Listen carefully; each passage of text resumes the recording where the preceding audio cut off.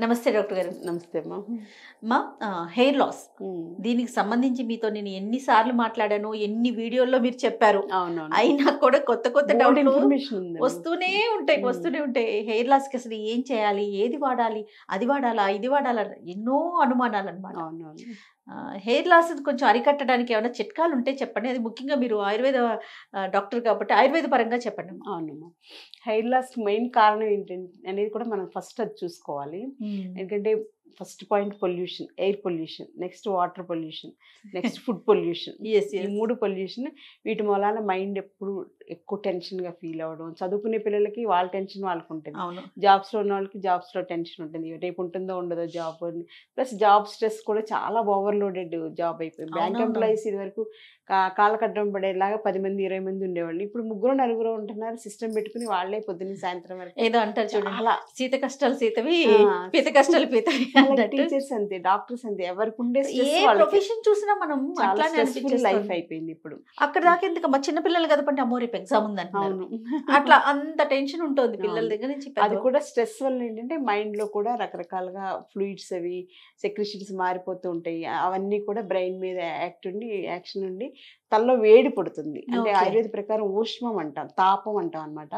ఆ వేడి వలన మనకి హెయిర్ రూట్స్ కిను హెయిర్ ఫాలికల్ కి పైన ఉండేటువంటి జుట్టుకి మధ్యలో ఒక లేయర్ ఫామ్ అవుతుంది, థిక్ లేయర్. అంటే తారు లాగా మనకి ఇప్పుడు తారు ఉంది అనుకోండి, తారులోకి మనం మొక్క పెడితే వెళ్ళదు కదా, పొడిచినా ఏం చేసినా వెళ్ళదు, మొక్క రాదు, పెరగదు. సేమ్ అలాగే ఇది అడ్డం పడడం వలన జుట్టు ఊడిపోవడం అనేది జరుగుతుంది. సో ఆ మధ్యలో ఉండేటువంటి ఊష్మం, తాపం అది తగ్గాలన్నమాట. అది తగ్గడానికి ఏంటనేది మనం ఆయుర్వేదిక్ లైన్స్ లో సో మెనీ మెథడ్స్ ఉన్నాయి. అంటే మీరు ఎన్నిసార్లు మాట్లాడినా బోల్డ్ టాపిక్స్ చెప్పొచ్చు అన్నమాట.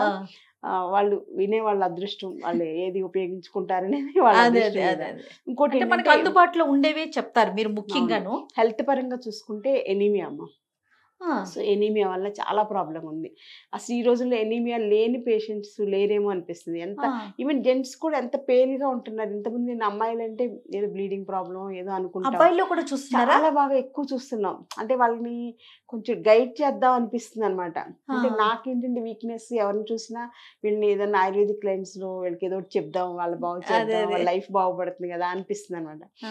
చాలా మంది జెంట్స్ కూడా పేలుగా అలా ఉంటున్నారు, కనిపిస్తున్నారు. ఎందుకనంటే ఫుడ్, సరైన ఫుడ్ తింటలేదు వాళ్ళు.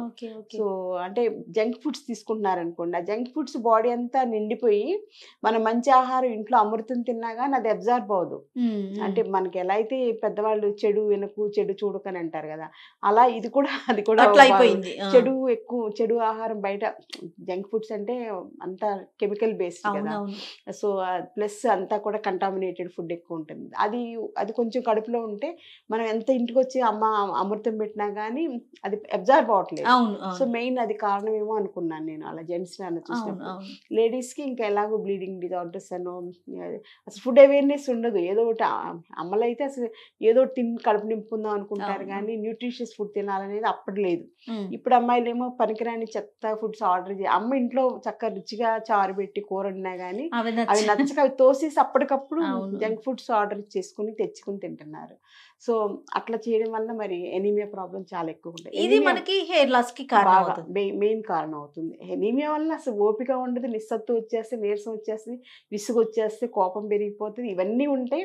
ప్లస్ హార్ట్ కూడా మంచిది కాదు. అంటే హార్ట్ కి సరిపడా రక్తం ఉండాలి కదా, సరఫరా పల్చగా ఉండేసరికి అందులో బలం ఏం లేక హార్ట్ కూడా వీక్ అయిపోతుంది.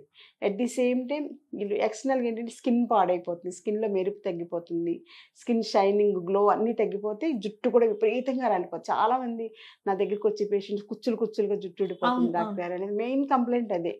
అసలు ఆ కుచ్చులుగా జుట్టు ఊడిపోవడం ఏంటంటే ఎక్కడో ఫుడ్ ప్రాబ్లం అనమాట. ఇంకోటి ఏంటంటే ఒబెసిటీ తగ్గడం కోసం ఎవరు ఇష్టం వచ్చినట్టు వాళ్ళు క్రాష్ డైట్ చేసేస్తుంటారు.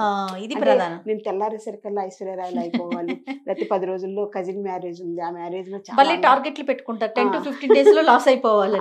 ఎవరికి వాళ్ళు ఏంటంటే ఈ మాత్రం నేను తగ్గలేను, నా బాడీ గురించి నాకు తెలుసు కదా అనుకుని ఏదేదో రకరకాలుగా ట్రై చేసి మంచి నీళ్ళు కూడా తాకుండా తినకుండా డ్రై ఫాస్టింగ్ చేస్తారు, ఏమీ తినరు. ఇంట్లో వాళ్ళు చెప్పినా వినరు. ఇప్పుడు అసలు పిల్లలతో ఏంటి చెప్పినా వాళ్ళు ఏమి మన మాటలు వింటలేదు కదా, అది పెద్ద ప్రాబ్లం. సో దాంతో ఏంటి వెయిట్ తగ్గుతారు, మేబీ ఒక 3 kgs 4 kgs తగ్గుతారు. ఆ పెళ్ళి అయిపోతే ఆ పెళ్లిలోనే వీళ్ళు అందరూ తింటున్నారు కదా అని ఆపుకోలేక తినేస్తారు. తెల్లారేసరికి ఇంకొక 3 kgs పెరిగిపోతారు. సో అది మెయిన్ ప్రాబ్లం. ఈ లోపల ఏమవుతుందంటే బాడీ అంతా కూడా శరీరానికి కావాల్సింది ఏమీ లేదు కదా, ప్రోటీన్స్ లేవు, క్యాలరీస్ లేవు, ఏమీ లేకపోయేసరికి ఏంటంటే బాడీలో అంతా డీహైడ్రేషన్ వచ్చేసేసి డీజనరేషన్ వచ్చేసేసి జుట్టు అంతా కుచ్చులుగా ఊడిపోతుంది. అదొకటి చూస్తుంటాను నేను ప్రాక్టీస్లో. అలాగే సివియర్ బ్లీడింగ్ ఉన్న అమ్మాయిలకు కూడా జుట్టు కుచ్చులు ఊడిపోతుంటుంది. థర్డ్ పాయింట్ ఏంటంటే ఆటో ఇమ్యూన్ డిజార్డర్స్ అని ఉన్నాయమ్మా. ఇప్పుడు మోస్ట్ యూత్లో ఎక్కువగా ఆటో ఇమ్యూన్ డిజార్డర్స్ చూస్తున్నాం. ఒకప్పుడు యూఎస్లో 50 years బ్యాక్ ఉండే ప్రాబ్లమ్స్ అన్నీ మనకి బాగా వచ్చేసేసినాయి. వాళ్ళ నుంచి మనం అన్నీ నేర్చేసుకున్నాం కదా, జబ్బులు కూడా వాటంతవి మనకు వచ్చేసేస్తున్నాయి అనమాట ఆటోమేటిక్. ఆటో ఇమ్యూన్ డిజార్డర్స్లో జోగ్రెన్ సిండ్రోమ్ అని ఒక డిసీజ్ ఉంటుంది. అదేంటంటే అమ్మాయిలకి సివియర్ బ్లీడింగ్ అయిపోవడం, అంటే అంతా కూడా డీహైడ్రేషన్ అనమాట. బాడీలో అంతా వాటర్ కంటెంట్ తగ్గిపోతుంది. చర్మంలో కానీ, ఎక్కడైనా బోన్స్లో కానీ, గైనిక్ గర్భసంచిలో కానీ వేడి పెరిగిపోతుంది. వాటర్ కంటెంట్ తగ్గిపోయేసరికి బాడీలో ఇంబ్యాలెన్స్ వచ్చి దానివల్ల జుట్టు విపరీతంగా కుచ్చులు ఊడిపోతుంది అనమాట.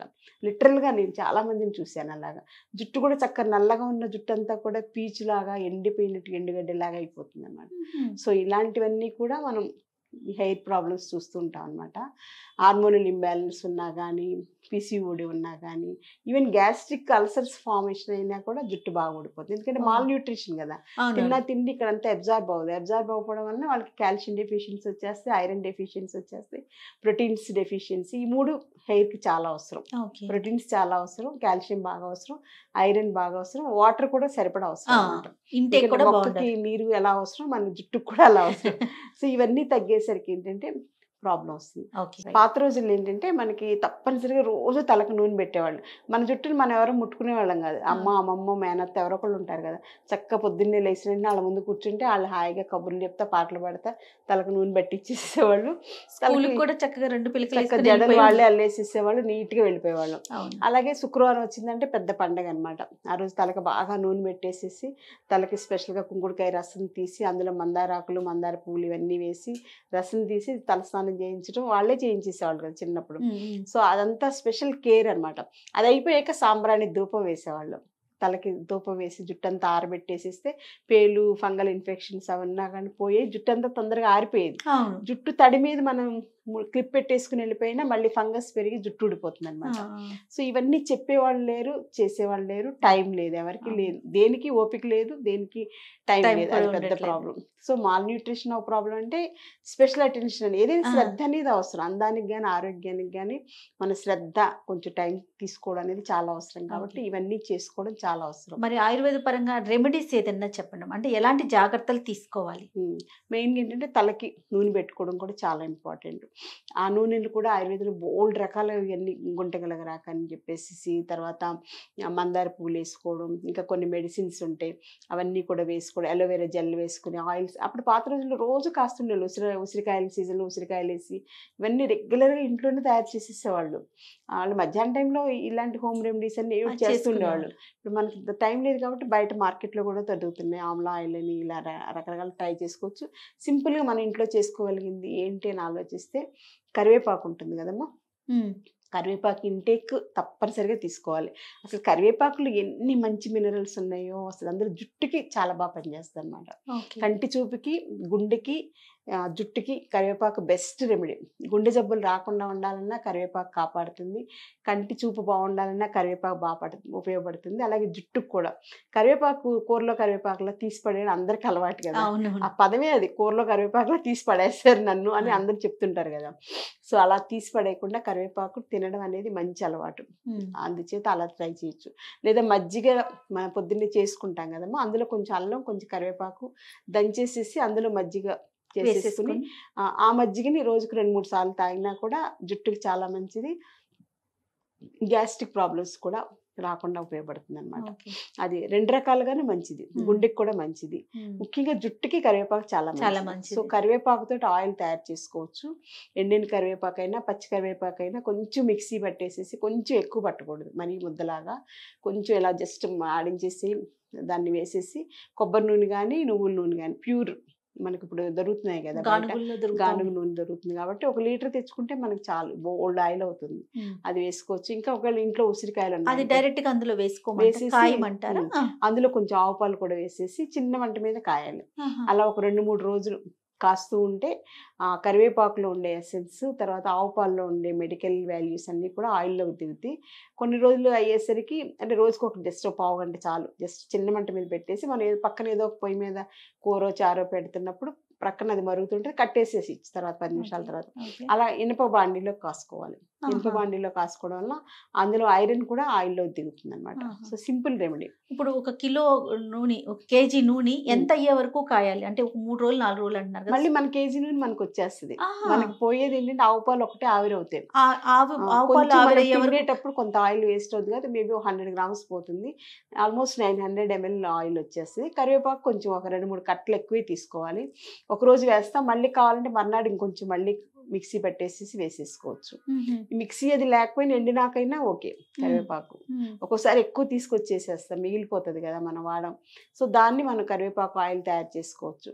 అప్పుడు ఇంత ఆయిల్ కాకపోయినా ఒక 250 ml ఆయిల్ అయినా కాసుకోవచ్చు. ఓకే, అట్లా 3-4 రోజులు కాయాలంటే కాసేసి తర్వాత పిండేసేసుకుని ఒకవేళ తడి ఉంటే మళ్ళీ ఒకసారి ఎనుప బాండీలో వేసేసి బాయిల్ చేసుకోవాలి. తడి లేకపోతే దాన్ని బాటిల్స్లో పోసుకొని బయట ఉంచేసుకోవచ్చు. అది ఫ్రిడ్జ్లో కూడా పెట్టుకోకర్లేదు. ఆ ఆయిల్ని చక్కగా రోజు పెట్టుకున్నా మంచిదే. తలస్నానం చేసే తర్వాత ఎక్కువ ఆయిల్ పెట్టుకుని చేసుకోవాలి. తలస్నానం చేసేటప్పుడు సపోజ్ రేపు మార్నింగ్ తలస్నానం చేస్తామంటే నైట్ పడుకునేటప్పుడు కొంచెం పెట్టుకోవచ్చు. నైట్ పడుకుంటే కొంతమందికి ఆయిల్కి నిద్ర పట్టదు, స్మెల్కి నిద్ర పట్టదు.